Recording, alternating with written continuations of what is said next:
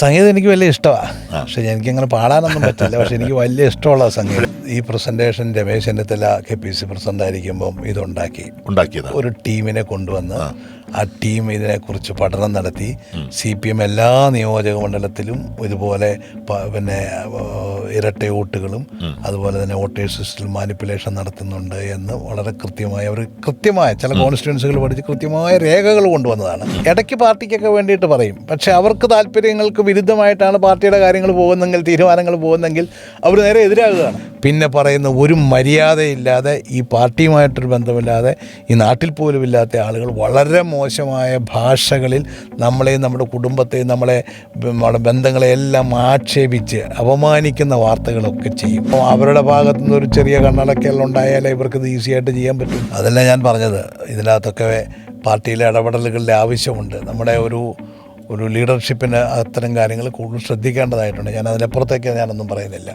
കൂടുതലായിട്ട് ശ്രദ്ധിക്കേണ്ട ആവശ്യമുണ്ട്. അതാണ് ഞാൻ പറഞ്ഞത്, ഹൈക്കമാൻഡ് കുറേ കൂടി ഡയറക്റ്റായിട്ട് ഇവിടുത്തെ കാര്യങ്ങളിൽ ഇടപെടുകയും കാര്യങ്ങൾ നോക്കുകയും ചെയ്യണം. ഈ പ്രോഗ്രാം കാണുന്ന എല്ലാവർക്കും ചിലപ്പം മനസ്സിലായിട്ടുണ്ടാവില്ല ആരാണ് ജോസഫ് വാഴക്കൻ്റെ ഭാര്യ എന്നുള്ളത്.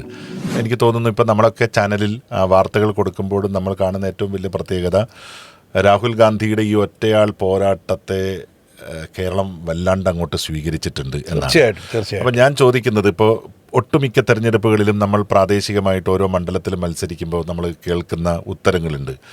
മുസ്ലിം എന്ന വിഭാഗം UDFനൊപ്പമല്ല, അല്ലെങ്കിൽ ക്രൈസ്തവരിൽ എന്ന വിഭാഗം ഒപ്പമല്ല എന്നുള്ളതാണ്. പക്ഷേ ഈ തെരഞ്ഞെടുപ്പിൽ അതെല്ലാം ഏകീകരിച്ച് UDFനോടൊപ്പം വരും എന്ന് കരുതുക.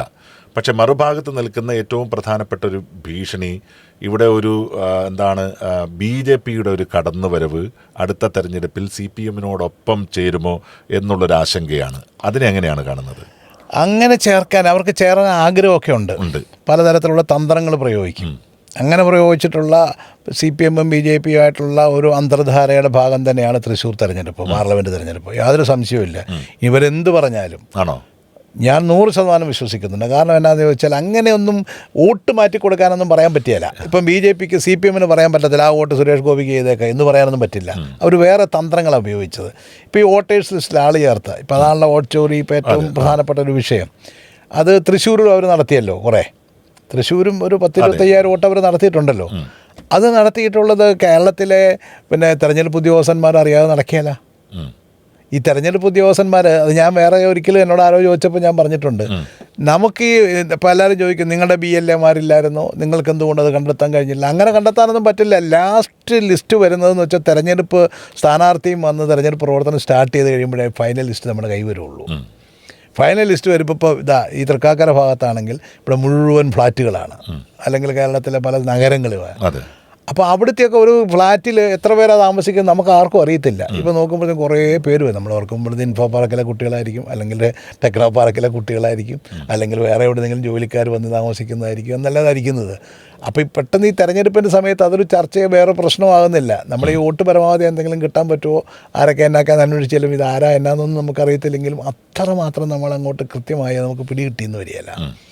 ഇത് സംഭവിച്ചത് സർവ്വസ്ഥലത്ത് ഇത് ചേർത്തിട്ടുണ്ടെങ്കിൽ CPM അത് അറിഞ്ഞുകൊണ്ട് തന്നെ, കാരണം ഇവിടുത്തെ തെരഞ്ഞെടുപ്പ് ഉദ്യോഗസ്ഥന്മാർ ജില്ലാതലത്തിലുള്ളവരും താലൂക്ക് അടിസ്ഥാനത്തിലുള്ളവരും അതുപോലെ തന്നെ BLOമാരും ഒക്കെ 75-80% CPMുമായി ബന്ധപ്പെട്ടവരാണ്. അപ്പം അവരുടെ ഭാഗത്തു നിന്ന് ഒരു ചെറിയ കണ്ണടക്കൽ ഉണ്ടായാലേ ഇവർക്കിത് ഈസിയായിട്ട് ചെയ്യാൻ പറ്റുള്ളൂ. ഇന്നലെ രാഹുൽ ഗാന്ധി പറഞ്ഞതിൻ്റെ അടിസ്ഥാനത്തിലാണെങ്കിൽ അല്ലാതെയും അന്യ സ്ഥലത്തിരുന്നോണ്ടും ചെയ്യാൻ പറ്റും, വളരെ തന്ത്രപരമായിട്ട് ചെയ്യാൻ പറ്റും. അപ്പോൾ അത് നടത്തിയിട്ടുണ്ട്. ഇവിടെ തൃശ്ശൂർ അവർ പ്ലാൻ ചെയ്തിരുന്നത്, തൃശ്ശൂരും തിരുവനന്തപുരമാണ് പ്ലാൻ ചെയ്തിരുന്നത്. തിരുവനന്തപുരം അത് നടന്നില്ല എന്ന് മാത്രമേ ഉള്ളൂ. അത് ഭയങ്കരമായ ന്യൂനപക്ഷ കൺസോളിഡേഷൻ അങ്ങോട്ട് വന്നു. ദേശീയ തലത്തിൽ BJPക്കെതിരെ ഈ വോട്ട് ചോറി നടത്തുന്നത് പോലെ സത്യത്തിൽ കേരളത്തിൽ CPM ഇപ്പോൾ മലബാറിലൊക്കെ നമ്മൾ പച്ചയ്ക്ക് കാണുന്നതാണ്. ബൂത്തിലിരിക്കാൻ സമ്മതിക്കാത്ത സാഹചര്യം, കള്ളവോട്ടുകൾ പച്ചയ്ക്ക്. ഇപ്പം ഞാനൊരു നിയമസഭാ സ്ഥാനാർത്ഥിയായി മത്സരിച്ചതുകൊണ്ട് എനിക്കറിയുന്ന കാര്യങ്ങളാണ്. ആ പകുതി സ്ഥലത്ത് പോലും ബൂത്തിലിരിക്കാൻ പറ്റാത്ത സാഹചര്യം. ഇരുന്നാൽ തന്നെ പേരിന് ഒരു ബൂത്ത് ഏജൻ്റ് ഉണ്ട് എന്നല്ലാതെ ഒരാൾ പോലും ചോദ്യം ചെയ്യാൻ പറ്റാത്ത അവസ്ഥ, കള്ളവോട്ടുകൾ മൃഗീയമായ രീതിയിൽ ചെയ്യുന്ന അവസ്ഥ. ഇതൊക്കെ നിൽക്കുന്ന കേരളത്തിൽ എന്തുകൊണ്ട് പ്രദേശ് കോൺഗ്രസ് കമ്മിറ്റിക്ക് ഈ ഒരു വോട്ട് ചോറി സംഭവത്തെക്കുറിച്ചിട്ടൊരു വിശകലനം അല്ലെങ്കിൽ ഇതുപോലുള്ള ഒരു പ്രസൻറ്റേഷൻ നടത്താൻ സാധിക്കില്ല എന്നുള്ളതാണ്.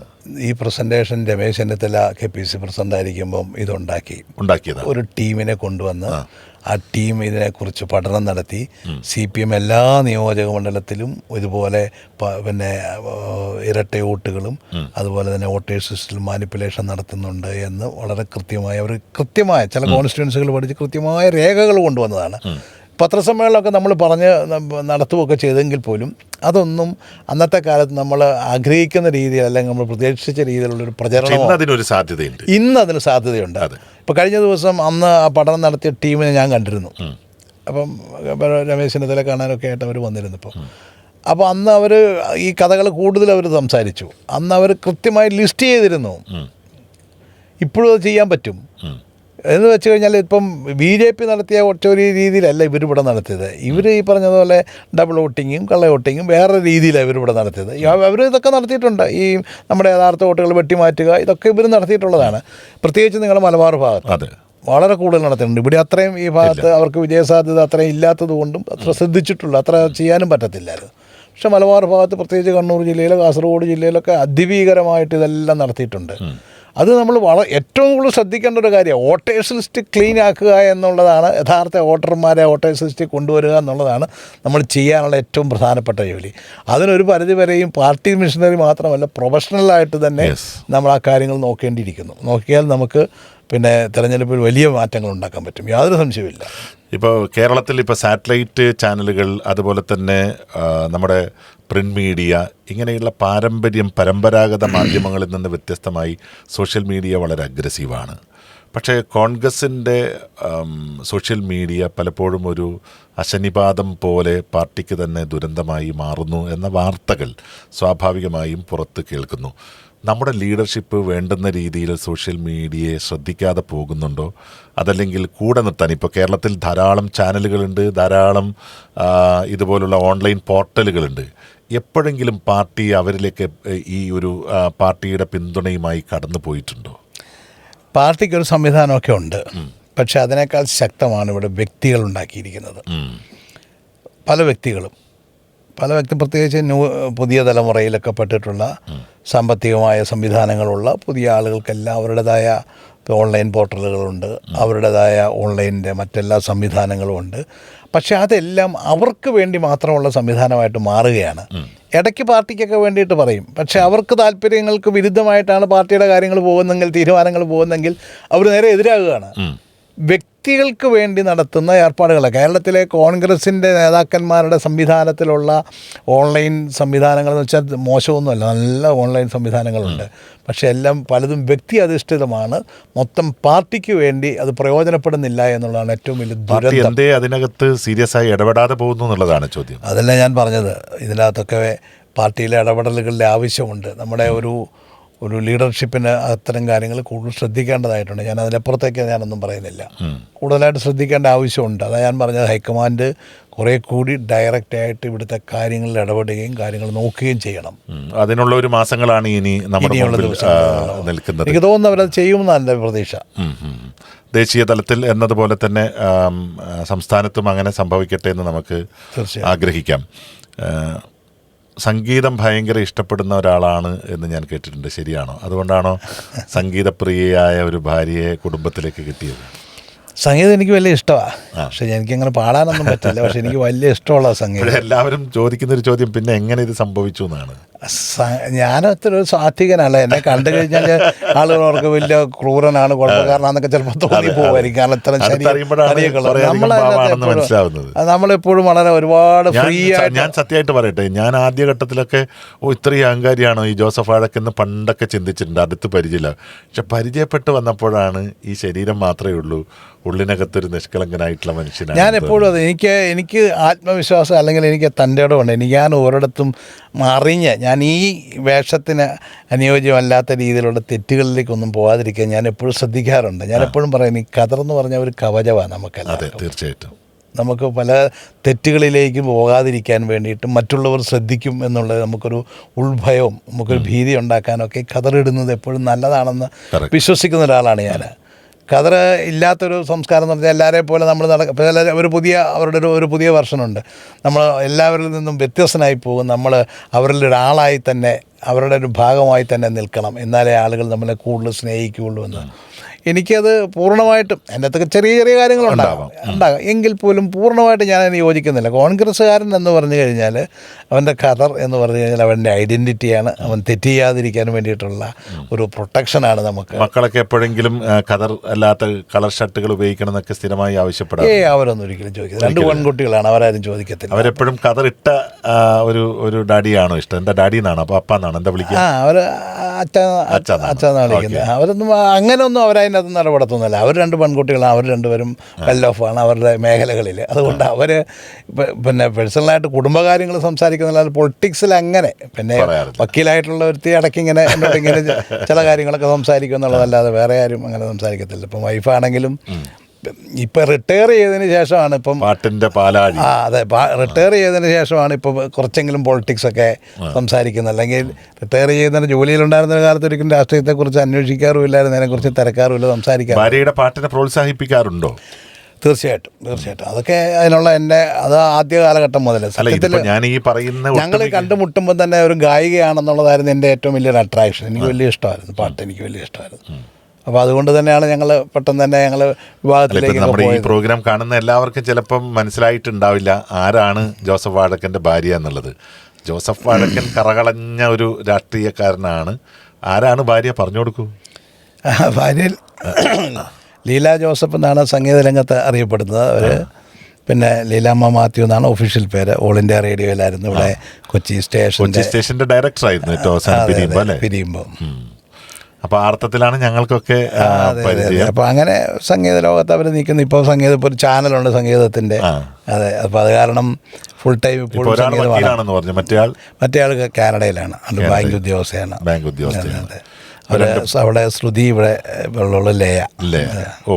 അതും പാട്ടുമായിട്ട്, അത് സംഗീതമായിട്ട് ബന്ധപ്പെട്ട മൊത്തം അവരുടെ ഫാമിലി എല്ലാവരും അങ്ങനെ പാട്ടുകാരാണ്. അവരുടെ സഹോദരങ്ങളെല്ലാവരും നന്നായി പാടുന്നവരാണ്. വലിയ അവരുടെ അമ്മയും ഒരുമാതിരിയൊക്കെ പാടുന്നതാണ്. അങ്ങനെ ഒരു സംഗീത പാരമ്പര്യമുള്ള കുടുംബം. എന്ന് വെച്ചാൽ അവരങ്ങനെ പ്രൊഫഷണൽ ഗായകരൊന്നും അല്ല, പക്ഷെ പ്രൊഫഷണലായിട്ട് ഒരു ബ്രദർ പ്രൊഫഷണലായിട്ട് തന്നെ കേട്ടിട്ടുള്ളത് ശ്രുതി അമ്മ ലയ മച്ചെന്നാണ്. ഇത് 2 മക്കളായി അല്ലേ? അതെ, 2 മക്കളായി. ഓക്കെ. അപ്പോൾ ജീവിതമൊക്കെ വളരെ സന്തോഷത്തോടു കൂടി ജീവിതത്തിൽ സത്യത്തിൽ വളരെ സന്തോഷമാണ്. രാഷ്ട്രീയത്തിൽ ഇനി എന്തെങ്കിലും പ്രത്യേകിച്ചിട്ട് ആഗ്രഹങ്ങൾ പാർട്ടിയെ സംബന്ധിച്ചും താങ്കളെ സംബന്ധിച്ചും? അങ്ങനെ വലിയ പിന്നെ ഞാൻ അങ്ങനെ ഗ്രാഫ് വരച്ചൊന്നും രാഷ്ട്രീയം നടത്തുന്ന ആളൊന്നും അല്ല, ഒരിക്കലും അല്ല. എല്ലാം വന്ന് കിട്ടുന്നതൊക്കെ ഭാഗ്യം എന്ന് കരുതുന്ന ഒരാളാണ് എല്ലാം. അല്ലാതെ എനിക്ക് ഒരു ദുഃഖവും ഇല്ല. ഇപ്പം ഞാനിപ്പം മൂവാറ്റുപുഴ തെരഞ്ഞെടുപ്പിൻ്റെ കാര്യം ഇടയ്ക്കെന്നോട് ചോദിച്ചു. മൂവാറ്റുപുഴ തെരഞ്ഞെടുപ്പ് എന്ന് പറഞ്ഞു കഴിഞ്ഞാൽ ആ തെരഞ്ഞെടുപ്പ് ഞാൻ തോക്കേണ്ടതല്ല. ആ തെരഞ്ഞെടുപ്പിൻ്റെ സ്റ്റാർട്ടിങ്ങിൽ 25,000 വോട്ടിന് ഞാൻ ജയിക്കുമെന്നായിരുന്നു പോലീസ് റിപ്പോർട്ടും എല്ലാം. രമേശ് ചെന്നിത്തല ആഭ്യന്തരമന്ത്രിയൊക്കെ അല്ലേ. പക്ഷേ ആ തെരഞ്ഞെടുപ്പിൻ്റെ പിന്നെ സ്റ്റാർട്ടിങ്ങിൽ വെച്ചാണ് കേരള കോൺഗ്രസ് പിളരുന്നത്. ജനാധിപത്യ കേരള കോൺഗ്രസ് ഉണ്ടാകുന്നു. അത് ആകെ ഉണ്ടായിരുന്നത് മൂവാറ്റുപുഴ. കാരണം ഫ്രാൻസിസ് ജോർജിൻ്റെ അയാൾ പിന്നെ പാർട്ടി പിളർത്തി. അവിടെ മൂവാറ്റുപുഴയിലെ കേരള കോൺഗ്രസിൻ്റെ എൻ്റെ 80% പിന്നെ ജോസഫ് ഗ്രൂപ്പിൻ്റെ അതുപോലെ ജനാധിപത്യ കേരള കോൺഗ്രസുമായിരുന്നു. 2 പഞ്ചായത്ത് ഉൾപ്പെടെ അവരെല്ലാം കൂടെ അങ്ങ് പോയി. അവരടുത്ത വർഷം മുന്നേ സ്ഥാനാർത്ഥിയായി. പിന്നെ അന്നത്തെ കാലത്ത് ഒരുപാട് പ്രചരണങ്ങൾ, ഞാൻ പറഞ്ഞല്ലോ, കൂടുതൽ നമ്മൾ എഫക്റ്റീവ് ആകുമ്പോൾ ഒരുപാട് പ്രചരണങ്ങൾ വരും നമ്മളെക്കുറിച്ച്. അയാളത് ചെയ്തു, ഇത് ചെയ്തു, അഴിമതി കാണിച്ചു, മറ്റത് കാണിച്ചു എന്നൊക്കെ പറഞ്ഞ് ചുമ്മാ തെരഞ്ഞെടുപ്പിൻ്റെ സമയമാകുമ്പോഴത്തേക്കും അത് പവർഫുൾ ആയതുകൊണ്ട്. കാരണം എന്ത് കാര്യവും നമ്മുടെ അടുത്ത് വന്നാൽ നടക്കുമെന്നുള്ളൊരു വലിയ ഒരു ചിന്ത, കോൺഫിഡൻസ് ഉണ്ടായിരുന്നൊരു കാലമാണ്. അപ്പം അതിൻ്റെ പേരിലൊക്കെ ഉണ്ടായിട്ടുള്ള ഒരുപാട് പ്രചരണങ്ങളാണതെല്ലാം. അന്നുണ്ടായിട്ടുള്ള മുഴുവൻ കാര്യങ്ങളും, അന്ന് ഇവിടെ പെരുമ്പാവൂർ ജിഷ കൊലക്കേസ് തുടങ്ങിയിട്ടുള്ള സർവ്വ സംഭവവും അന്ന് രമേശ് ചെന്നിത്തല ആഭ്യന്തരമന്ത്രിയാണ്. അപ്പം പറയുന്നത് വാഴക്കനറിയാതെ ഇവരൊന്നും ഒളിച്ചിരിക്കത്തില്ലെന്നല്ല പറയുന്നത്. അങ്ങനെ ഒരുപാട് കള്ളപ്രചരണങ്ങൾ നടന്നു തെരഞ്ഞെടുപ്പ്. കേരളത്തിൽ ഒരുപാട് ലെജൻഡ്സ്, അവരുടെ കൂടെ പ്രവർത്തിക്കാനുള്ള ഒരു സൗഭാഗ്യം കിട്ടിയെന്ന് പലപ്പോഴും താങ്കൾ സ്വകാര്യ സംഭാഷണത്തിലൊക്കെ പറയാറുണ്ട്. ശ്രീ കെ കരുണാകരൻ മുതൽ ജി കാർത്തികേയൻ മുതൽ ഇപ്പോഴത്തെ പ്രിയപ്പെട്ട ശ്രീ രമേശ് ചെന്നിത്തല ഉൾപ്പെടെയുള്ള നിരവധി നേതാക്കന്മാരെ കുറിച്ചിട്ട് പറയാറുണ്ട്. ആ ഓർമ്മകൾ ഏത് രീതിയിലാണ് ആഘോഷിക്കുന്നത് ഈ നിമിഷം? എനിക്ക് വലിയ സന്തോഷമാണ്. കാരണം എല്ലാവരുമായിട്ട് നല്ല ആത്മബന്ധം, ഈ പറഞ്ഞതുപോലെ ലീഡർ മുതൽ ഇങ്ങോട്ടുള്ള ഒരു തലമുറയായിട്ട് വളരെ അടുത്ത ബന്ധം, കാനഡി മുതൽ ഇങ്ങോട്ട് എല്ലാവരുമായിട്ട് വളരെ അടുത്ത ബന്ധം പുലർത്തിയിട്ടുണ്ട്. പ്രത്യേകിച്ച് ഞങ്ങളുടെ നേതാക്കന്മാർ എന്ന് പറയുന്നത് ജി കാർത്തികേയൻ, രമേശ് ചെന്നിത്തല, ഇവരെല്ലാമായിരുന്നു. വലിയ അടുപ്പായിരുന്നു. കാർത്തികേയനുമായിട്ട് വളരെ അടുത്തമായിരുന്നു. ഈ തലമുറയിൽ ആളുകൾക്ക് ചിലപ്പം കൂടുതൽ അറിയാൻ ആഗ്രഹമുള്ള ഒരാൾ ശ്രീ ജി കാർത്തികേയനായിരിക്കും. ഇപ്പം ഞാനൊക്കെ എൻ്റെ മനസ്സിൽ ഹൃദയത്തോട് ചേർത്ത് വെച്ചിരിക്കുന്ന ഒരു വ്യക്തിത്വമാണ്. ഭയങ്കരമായി വ്യക്തിബന്ധം കാത്തു സൂക്ഷിക്കുന്ന ഒരു നേതാവായിരുന്നു ജി കാർത്തികേയൻ. നമ്മളോട് വ്യക്തിപരമായി ഇഷ്ടമാണെങ്കിൽ നമ്മളോട് ഭയങ്കര ഇഷ്ടമാണ്. വീടുകളിൽ വരും, നമ്മുടെ എല്ലാ സ്വകാര്യ കാര്യങ്ങളിലും അദ്ദേഹം പങ്കാളികളാവും. നമ്മുടെ വീടുകളിലാണെങ്കിലും കല്യാണമാണെങ്കിലും മരണമാണെങ്കിലും എല്ലാത്തിനും അദ്ദേഹം അത് ചുമ്മാ വന്ന് പോകുന്ന ഒരാളല്ല. അതിനേക്കാൾ അപ്പുറത്ത് വലിയ ആത്മബന്ധം പുലർത്തുന്ന ഒരാളാണ്. അതുപോലെ രാഷ്ട്രീയത്തിൽ അദ്ദേഹത്തിന് ഇഷ്ടമാണെങ്കിൽ അദ്ദേഹം നമുക്ക് വേണ്ടി അദ്ദേഹം പെട്ടെന്ന് പിന്നെ ഒരു ക്ഷിപ്രകോപമൊക്കെ പുള്ളിക്ക് ഇടയ്ക്കിടയ്ക്ക് വരും. എങ്കിൽ പോലും ഭയങ്കര സ്നേഹമായിരുന്നു. ആ കോപമൊന്നും ആർക്കും ഒരു പണക്കം ഉണ്ടായില്ല. നമ്മളൊക്കെ ഇടയ്ക്ക് ചുമ്മാ ചിലപ്പോൾ ചീത്ത വിളിക്കും ഞാറ്റതെന്നൊക്കെ പറഞ്ഞിങ്ങനെ. പക്ഷെ നമുക്കതറിയാം, അത് ആ സ്നേഹം കൊണ്ട് സംസാരിക്കുന്നതാണ്. അപ്പോൾ വളരെ വ്യക്തിപരമായി എല്ലാവരോടും സ്നേഹം പുലർത്തിയിരുന്ന സത്യസന്ധനായ ഒരാളായിരുന്നു. വളരെ സത്യസന്ധത, രാഷ്ട്രീയ സത്യസന്ധത പുലർത്തി നിലപാടുകളുള്ള ഒരാളായിരുന്നു. നമുക്ക് ഈ അഭിമുഖം അവസാനിപ്പിക്കുന്നതിന് മുൻപ് അങ്ങയുടെ ഈ ഒരു പരിണത പ്രജ്ഞത കൊണ്ട്, അല്ലെങ്കിൽ ഈ ഇത്രയും കാലത്തെ ഒരു രാഷ്ട്രീയ സപര്യയിൽ പുതിയ തലമുറയോട്, പുതിയ പാർട്ടിയിലെ പ്രവർത്തകന്മാരോട് ഒരുപക്ഷെ അങ്ങ് പറയുന്ന ഇനിയുള്ള വാക്കുകൾ അവർ ഹൃദയത്തോട് ചേർക്കാൻ സാധ്യതയുണ്ടെങ്കിൽ ചേർക്കട്ടെ, എന്താണ് അവരോട് പറയാനുള്ളത്? എനിക്ക് അവരോട് പറയാനുള്ളത്, പുതിയ മാറ്റം പഴയ കാലഘട്ടം പോലെയാണ് നിങ്ങളുടെ കാലഘട്ടം എന്ന് ഞാൻ വിശ്വസിക്കുന്നില്ല. പണ്ട് സാമ്പത്തിക പ്രതിസന്ധികളൊക്കെ ആയിരുന്നു രാഷ്ട്രീയ പ്രവർത്തന രംഗത്തെ പ്രധാനപ്പെട്ട കാര്യം. പ്രത്യേകിച്ച് KSU എന്നൊക്കെ പറയുന്നത് അന്നത്തെ കാലഘട്ടത്തിൽ വലിയ സാമ്പത്തിക ബുദ്ധിമുട്ടുകളും ദാരിദ്ര്യവും ഉണ്ടായിരുന്നൊരു കാലഘട്ടത്തിൽ സാമ്പത്തികമായിട്ടുള്ള അവരെ പിന്നെ വിദ്യാർത്ഥികളെ ആണെങ്കിലും എല്ലാ കുടുംബങ്ങളെയാണ് സഹായിക്കുന്ന നിലപാടുകളായിരുന്നു നമ്മുടെ അന്നത്തെ കാലത്തെ രാഷ്ട്രീയ പ്രവർത്തനത്തിൻ്റെ ഒരു പ്രധാന ഭാഗം. ഇന്നിപ്പോൾ അതിൻ്റെ കാലമൊക്കെ മാറിപ്പോയി, സ്റ്റൈലുകളും മാറിപ്പോയി, പിന്നെ ടെക്നോളജി മാറിപ്പോയി. പണ്ടൊക്കെ ഞാൻ പിന്നെ പറഞ്ഞിട്ടുണ്ട്, പണ്ടൊക്കെ നമ്മൾക്കൊരു ഒരു വാർത്ത കൊടുക്കണമെങ്കിൽ തന്നെ എന്തെല്ലാം കാര്യങ്ങളായിരുന്നു. കാർബൺ പേപ്പർ വെച്ച് എഴുതി പിന്നെ ബ്ലോക്ക് ഉണ്ടാക്കിക്കൊണ്ട് പത്രത്തിൽ കൊടുക്കേണ്ട ഒരു കാലം ഉണ്ടായിരുന്നു. അവിടെ നിന്നൊക്കെ വലിയ മാറ്റങ്ങൾ ഉണ്ടായിട്ടുണ്ട് എല്ലാ മേഖലകളിലും. പിന്നെ ജീവിതത്തിൽ നമ്മുടെ അധ്വാനം ചെറുപ്പത്തിലൊക്കെ നമുക്കൊക്കെ നമ്മുടെയൊക്കെ ചെറുപ്പ കാലഘട്ടം എന്നൊക്കെ പറഞ്ഞു കഴിഞ്ഞാൽ വീട്ടിൽ ഞങ്ങളെല്ലാം കാർഷിക കുടുംബമാണ്. എല്ലാവരും നമുക്കൊരു 5-6 വയസ്സ് മുതൽ എല്ലാവരും വീട്ടിൽ പണിയണം, എല്ലാവരും പണിയുടെ ഭാഗമാകണം. ഞങ്ങളൊക്കെ അത്യാവശ്യം സമ്പന്നമാണെന്ന് വെച്ച് കഴിഞ്ഞാൽ ഒരു മിഡിൽ ക്ലാസ്സിൽ ഉണ്ടായിരുന്ന ഫാമിലികളാണ്. കാർഷിക മേഖലയിൽ നമുക്കറിയാമല്ലോ പണത്തിൻ്റെ എന്തുമാത്രം കയ്യിലുണ്ടാകുമെന്ന്. പക്ഷേ ഉണ്ടായിരുന്നവരാണ്. പക്ഷെ ഞങ്ങളെല്ലാവരും അമ്മ മുതൽ മക്കൾ മുതൽ എല്ലാവരും ഒരുപോലെ അധ്വാനിക്കുന്നവരായിരുന്നു. അങ്ങനെയാണ് നമ്മുടെയൊക്കെ കാലഘട്ടം വന്നത്.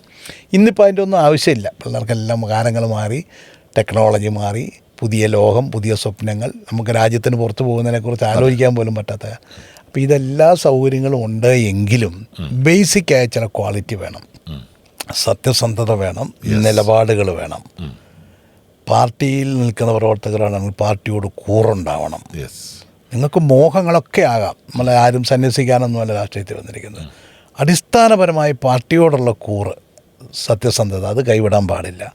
അത് കൈവിട്ടിട്ട് നിങ്ങൾ എന്തെങ്കിലും പെട്ടെന്ന് ചാടിപ്പിടിക്കാമെന്ന് തെറ്റിദ്ധരിച്ചാൽ അത് നിങ്ങളെ എങ്ങും എത്തിക്കത്തില്ല.